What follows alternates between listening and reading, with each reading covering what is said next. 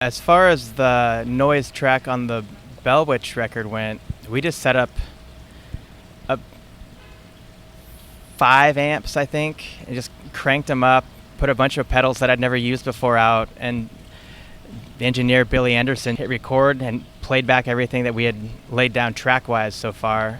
I just tried to make weirdest noises that I possibly could and make it kind of like play along with the song. I think we did 2 or 3 passes of that before it was like, okay, that third one's pretty good. We didn't use a whole lot of it. There's parts that we really cranked it up into the mix on the final recording. There were times that it wasn't really very present at all.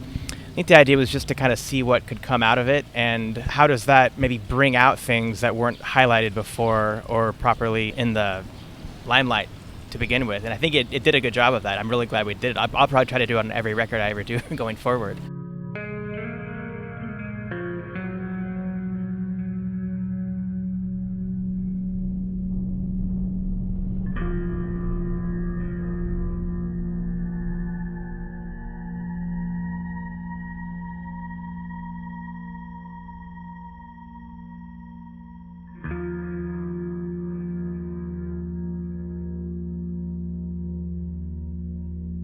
Kind of added in yours, like there's like it's like this arcane quality, but also like this kind of just sense of like an undomesticated, just Sure, like it seems like it fits, but I can't. When I listen back, I'm like, I don't know where that's coming from. Yeah.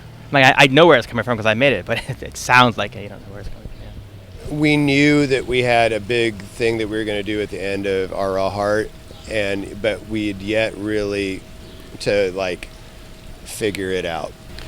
We knew we would let the main ending section carry, and then it was a matter of feeling it out, really. And so that was kind of the improv element. And then as time went on, as we were doing that, when we started getting ideas of things to try, and the coolest idea that I think we had, it was our engineer's idea, Billy Barnett, because he has an old Deluxe Reverb and a late 60s Tele with a Bigsby, and we tuned it to D so it would be at least close to the same key, and figured out where it would sit in A. And so I would hit that chord in time, and he was in another ISO booth, so we could see each other, and he was holding the Deluxe Reverb, and it has the reverb tanks in there, which are springs, and whenever you move those things around, you can hear the springs. And so he had that mic'd up and then a mic on the ground, so I would hit on the upbeat, and then he would shake the amp in between so we could hear the reverb springs, and then he would drop it on the ground on the downbeat. And we did this for 5 minutes, where it'd be all bring, he'd be all shh, bam, and that's like a $1,200 amp probably. Maybe not so much after the next day. Yeah, yeah, exactly.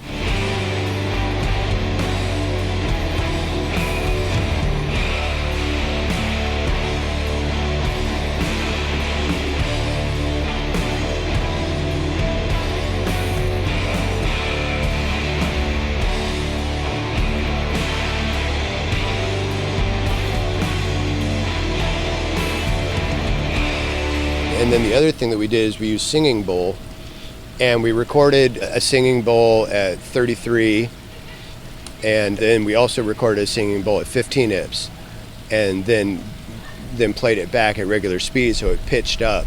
So there'd be 2 different levels of Singing Bowl happening at the same time, and then just the right amount of like riding an Echoplex and riding it to get it to have the right amount of effect going. And so that was all just kind of created in the moment, and we had to do a couple passes at it until we got it the way we liked it. But, you know, for what it requires to some degree is that we don't have time for that if we're busy trying to get takes. We had to be really rehearsed on our own, and we were recording to tape. So, you know, we didn't have, as far as doing things in one take for like rhythm, we didn't have a lot of ways to like edit easily, but we practiced a lot, and so it made a lot of time to do a lot of fun things, and that's great. I mean, those moments, they can make the records.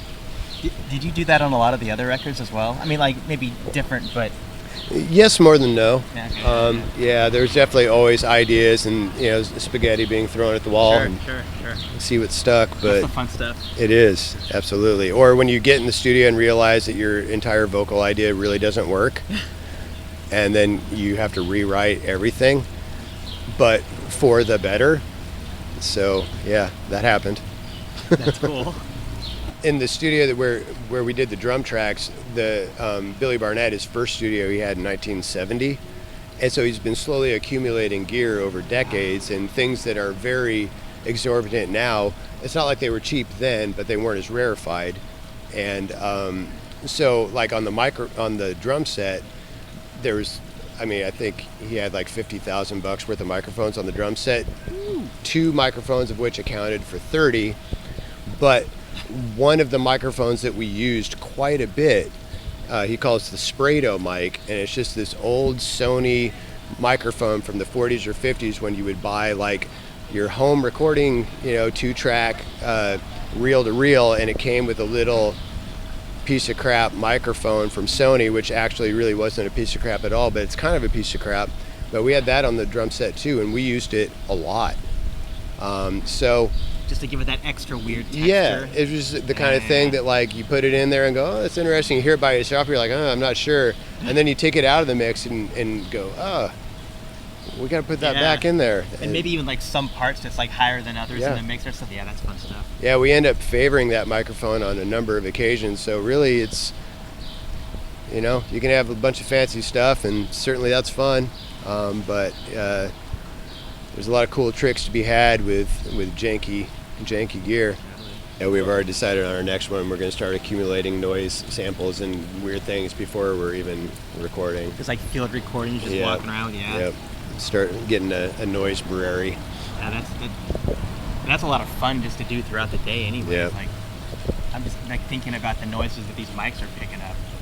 Like car honks, like if you slow that down 50%, Exactly. a bunch of reverb, that could be pretty sick. Or hailstorm. I have a buddy who recorded a hailstorm and then slowed it down to like 10%. Like a barn with a tin And it roof. just and then he just puts a lot of reverb on it, and it just sounds like comets of boulders hitting cars. It's really cool.